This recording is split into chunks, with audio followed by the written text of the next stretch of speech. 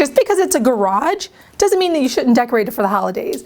I'm going to show you in this video how to make a really easy, quick, cute Christmas tree for your wall, whether it's your garage or your living room. Stick with me, I'm going to show you how to do it.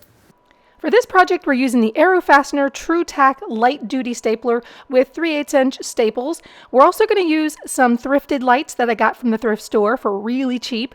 And I didn't have any green paint, but you know, if you mix together yellow and blue, you get green. We're also using a power drill, a spade bit 3/4 inch, and we're going to need some 1/4 inch plywood and a jigsaw. Use your jigsaw and cut planks of the 1/4 inch plywood. Now, I only did 4 boards because I made mine about 7.5 inches and I had a 2x2 board to mount them on, so you will need a board to mount them on.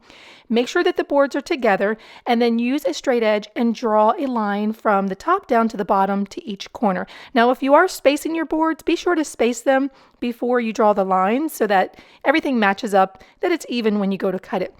Be sure that you've got your work clamped down and go ahead and cut out all the pieces that you just drew even lines on. And when you're done cutting out the pieces, you should have a little tree that looks similar to this. And now we're ready to go for the next step, which is to use the spade bit. We're going to use a 3/4 inch spade bit, but use the size that corresponds to the lights that you're using. You can see here that it looks like it's about the correct size. So you want to use a sacrificial board underneath. You don't want to drill into your table, but also if you don't have a sacrificial board underneath, it'll tear out on the back side. So we don't want that. So we'll go ahead and drill all the holes that we need, cut those out, and we should be left with a nice little tree so we can put our lights in it. Now at this point, what I should have done was to attach the boards to the stem of the tree, but I went ahead and decided I was going to mix my paint together and I was going to paint it. And I decided I was going to do an ombre effect. So I kept adding some white to the paint and got these various shades, and I thought it looked kind of cool, better than just doing a regular green tree. I didn't have any brown paint, but stain was perfect for this project, so I did a coat of stain, and there we have it, a brown tree trunk. To secure the wood to the tree trunk, you can use staples, you can use a brad nailer, or even wood glue, or a combination of all of them. I actually used all 3. And then it was time to put the lights on. So I thankfully had drilled them just right so that the lights went on very well. And when I screwed them in, I was able to make connections so that the wood was very thin and didn't get into the way of the connection between the light and the socket. So after that, it was pretty much done, and then it was time to plug it in and see if it worked. Thankfully, it did.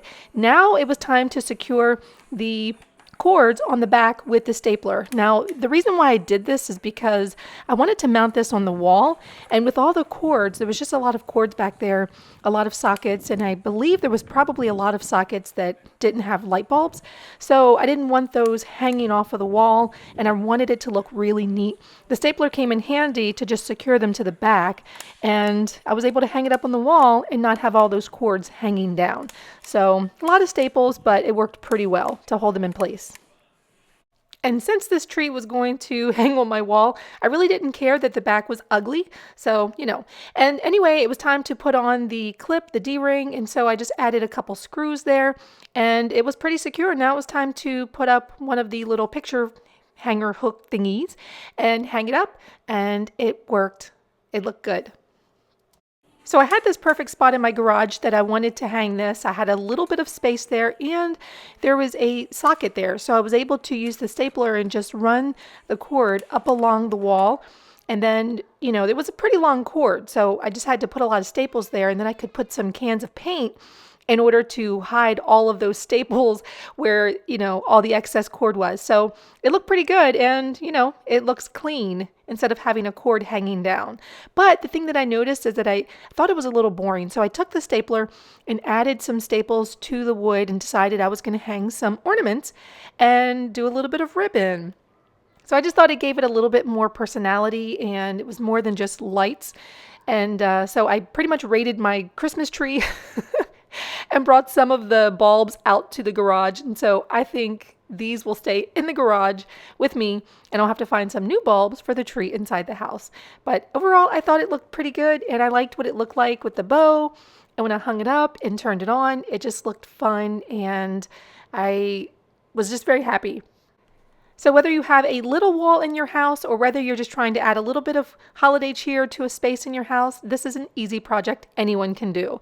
So if you enjoyed this project, go back to my blog, thriftdiving.com, and subscribe. Be sure to check out the Arrow Fastener TruTac stapler at arrowfastener.com, and be sure to subscribe because we do new videos here all the time. Thanks for watching.